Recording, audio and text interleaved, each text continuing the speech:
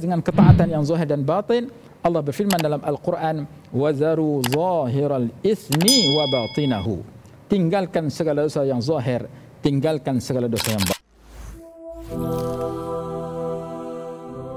Menyatakan bagi menyatukan pengertian yang pelbagai, sama ada di sudut bahasa ataupun istilah, diumpamakan seperti beberapa manusia yang berada dalam sebuah taman.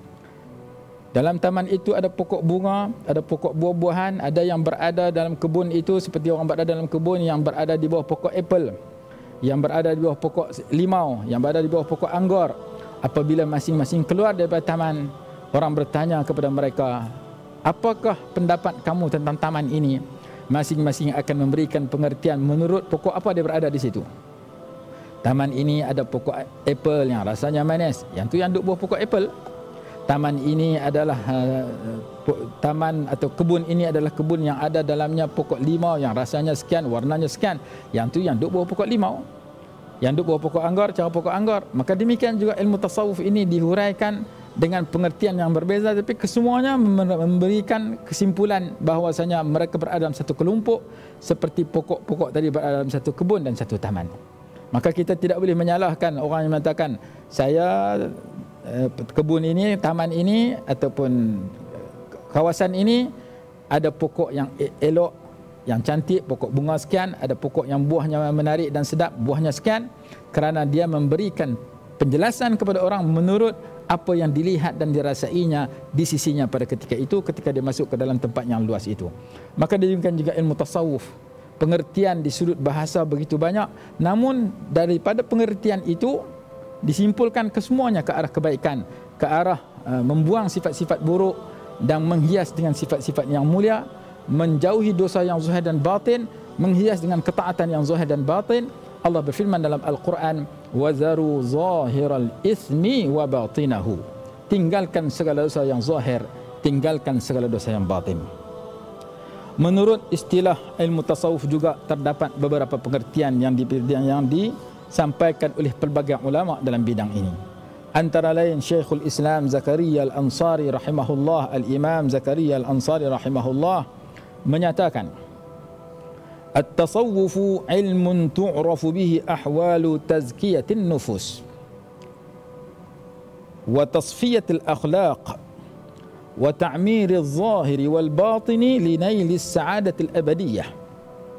Tasawuf adalah satu ilmu yang dikenali dengan ilmu itu keadaan-keadaan untuk penyucian jiwa dan untuk menyucikan akhlak, memurnikan akhlak, mempercantikkan akhlak, dan untuk memakmurkan zahir dan batin seseorang yang menghayati ilmu tasawuf untuk dia mencapai kebahagiaan di dunia dan kebahagiaan yang kekal abadi di dalam syurga. Ini pengertian yang diberikan oleh Syekh Zakaria Ansari, membicarakan tentang penyucian jiwa, dan penyucian jiwa itu merupakan salah satu tugas Nabi besar Muhammad sallallahu alaihi wasallam. Allah berfirman dalam Al-Quran, Rabbana wa ba'as fihim rasulan minhum yatlu alaihim ayatika wa yu'allimuhumul kitaba wal hikmata wa yuzakkihim. Rasul itu membacakan kitab, Quran dan hadis, mengajar kepada mereka Alkitab, dalam masa yang sama wa yuzakkihim, dan mentazkiyah akan mereka itu, yakni menyucikan akan mereka itu.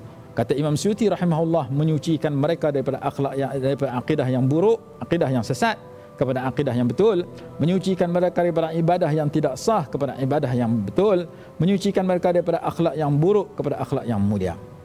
Di dalam suratul Baqarah, dalam surah Al-Jumu'ah juga sama, huwallazi ba'atsa fil ummiyyin rasulan, di antara yang disebutkan wa yuzakkihim, dan menyucikan mereka itu. Dan Allah berfirman dalam ayat yang lain, qad aflaha man zakkaha wa qad khaba man dassaha. Sesungguhnya berjayalah di dunia dan di akhirat orang yang menyucikan jiwanya, dan rugilah orang yang mengotorkan jiwanya. Dalam hadis Imam Muslim, Nabi SAW berdoa, Allahumma ati nafsi taqwaha wa zakkiha anta khairu man zakkaha anta waliyuha wa maulaha. Allahumma ati nafsi, ya Allah berikan kepada jiwaku itu taqwa, ketakwaannya, wa zakkiha, dan sucikan olehmu akan jiwaku. Anta khairu man zakkaha, engkau sebaik-baik penyuci jiwa. Anta waliyuha, engkau sebaik-baik pelindung, engkau sebaik-baik penolong. Jadi doa supaya penyucian jiwa itu ada dalam Sahih Muslim, dibaca oleh sebahagian imam. Ilmu tentang memurnikan, mempercantikkan akhlak dan kelakuan, menghidupkan zahir kita dengan kebaikan, menghidupkan batin kita dengan kebaikan, dengan akhlak yang mulia, untuk kita mencapai kebahagiaan yang berkekalan. Menurut tafsiran yang kedua, Al-Imam Syekh Ibn Zarruq, Ahmad Az-Zarruq rahimahullah, menyatakan at-tasawwufu ilmun qusida li islahil qulub wa ifradiha lillahi ta'ala amma siwah. Tasawuf ialah ilmu yang diinginkan dengan ilmu tersebut untuk memperbaiki hati, untuk menjadikan hati itu beramal semata-mata ikhlas kerana Allah, bukan kerana tujuan yang lain. Supaya hati itu meyakini Allah memerhatinya, muraqabatullah. Supaya hati itu menjadi ikhlas, supaya hati itu menjadi jujur, supaya hati itu bersifat dengan sifat-sifat yang Allah suka dan dibuang sifat-sifat yang Allah murka.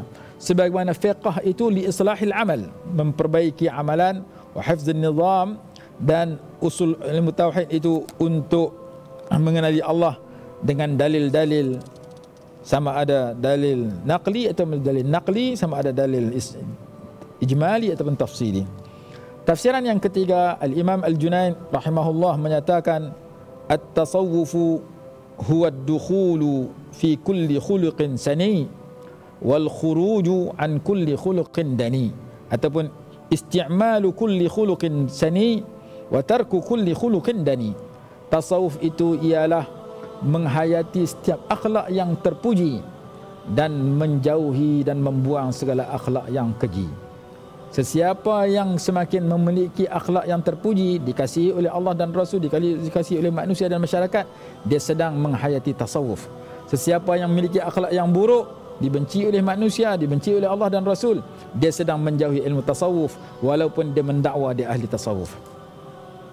Tasawuf itu menghayati akhlak yang terpuji dan menjauhi setiap akhlak yang keji dan tercela.